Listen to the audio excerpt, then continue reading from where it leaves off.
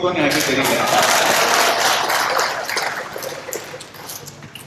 நான் வந்து குத்துவிளக்கு ஏற்ற போறாங்கன்னா ஆனந்தமா தீபத்தி ஏற்ற போறோம்னு கிளம்பினேன். உடனே யாரும் அவன் நினைக்கிறேன், ஐயா நீங்களும் ஏற்றக்கூடாதுங்க ஐயா, உங்களை ஏற்ற அனுமதிக்க மாட்டேயா, உட்காருங்க அவங்க இடத்துலயே அப்படின்ட்டார். உடனே ரொம்ப ஏமாற்றமா போயிடுச்சு எனக்கு. பரவாயில்ல, தீபம் ஏற்றக்கூடிய நாள் வரும் உறுதியா நம்புறேன்.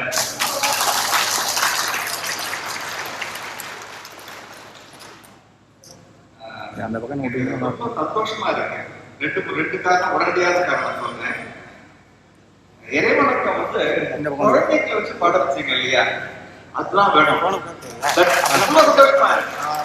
குழந்தைகளை வச்சு பாட சுற்றி பார்க்க நிறைய ரொம்ப அற்புதமா, ரொம்ப மனசுக்கே அவ்வளவு ஆனந்தமா இருக்குங்க.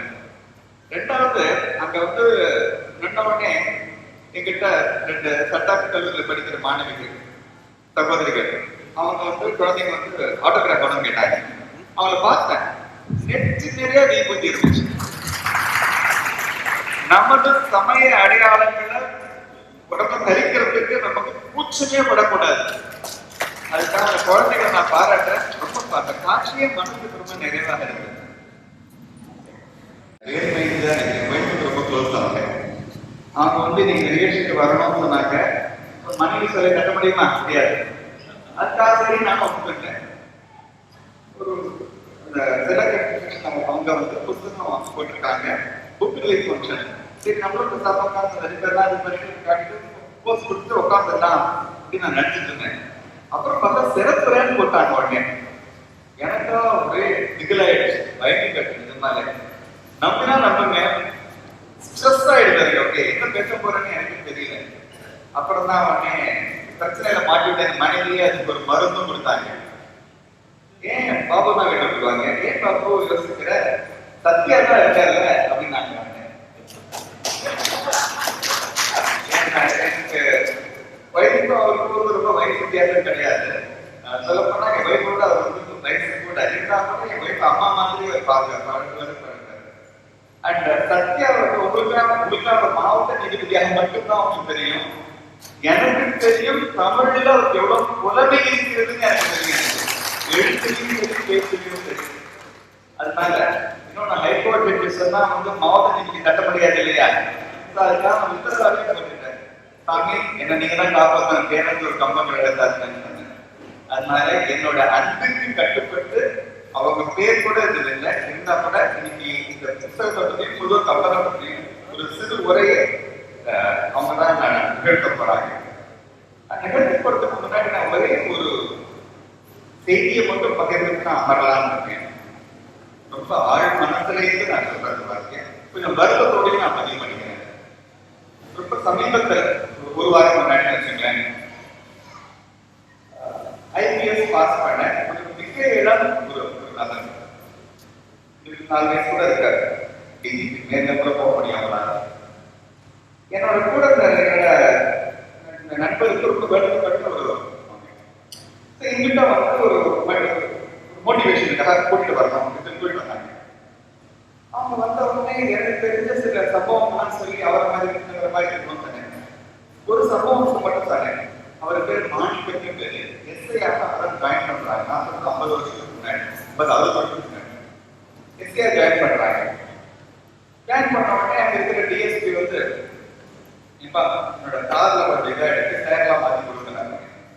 உடனே நேரம் அந்த ஷோரூம் போயிட்டு எல்லாரும் டயர்லாம் மாத்திட்டு டிஎஸ்பி கார்லாம் மாத்திட்டாங்க.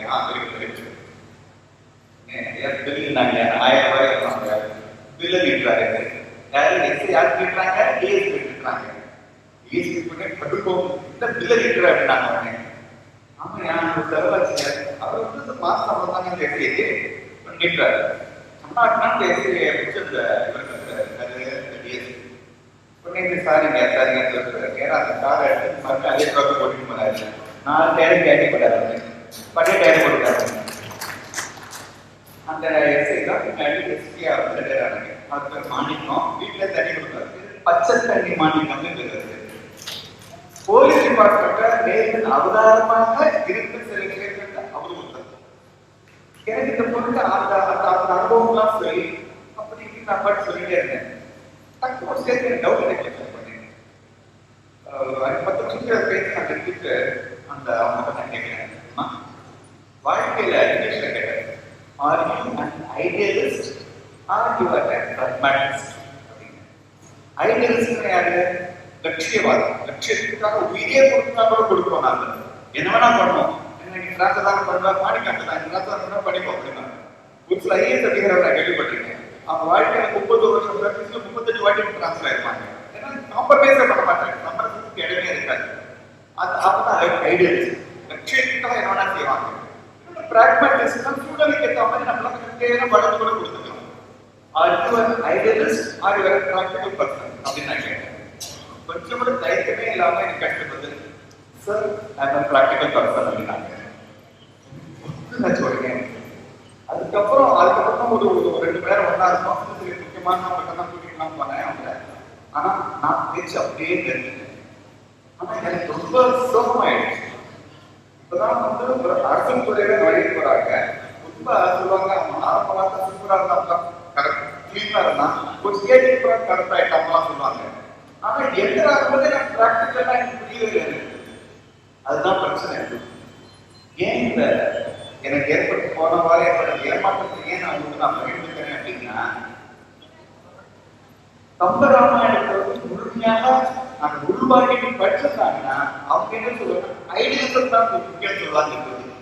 What is Kambaramayanam? அல்டிமேட்டாக ஒரு தர்மத்துக்கும் அதர்மத்துக்கும் ஏற்படும் பிரச்சனைகளை வரத்தான் செய்யும், தர்மம் கஷ்டப்படத்தான் செய்யணும். ஆனா இறுதியில் அறம்தான் வெல்லும் அப்படிங்கிற செய்தியை தான் வந்து கம்பராமாயணம் கொடுக்குறாங்க.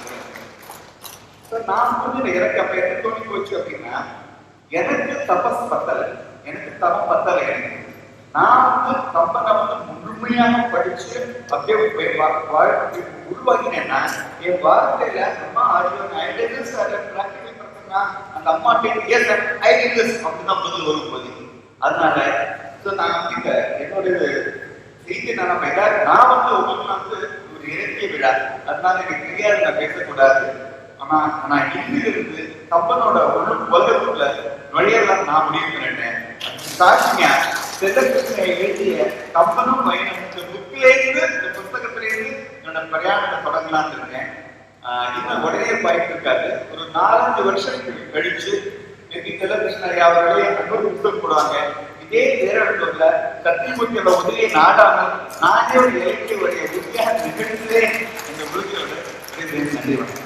இந்த புத்தகம் ரிலீஸ் பண்ணது ரொம்ப ஆனந்தம். ஐயாவுக்கு இந்த மனசார பாராட்டுகள். அடுத்தது வந்து இந்த மாதிரி ஒரு ஸ்தாபனங்கள்லாம் இருக்கு இல்லையா, அது தொடர்ந்து நடத்துறது அப்படிங்கிறது சாதாரண விஷயம் இல்லை. இந்த ஆர்கனைசர்ஸ்ல மொத்தமே சரி, எவ்வளவு பாராட்டினாலும் பாருங்க, இந்த கம்பன் கழகங்கள் மட்டும் தமிழ்நாட்டுக்கு இல்லைன்னா நம்ம வந்து நம்ம கம்பனை கொஞ்சம் மறந்துருக்கோம் இப்போதைக்கு. ஸோ அதனால இந்த கம்பனோட செய்தியை நம்ம மக்கள் மனசுல விட்டு அல்லாம இருப்பதற்காக தொடர்ந்து பண்ணிட்டே இருக்கிற இந்த கம்பன் கழகத்தார்கள் நான் ஆத்மார்த்தமாக பாராட்டுகிறேன். நன்றி.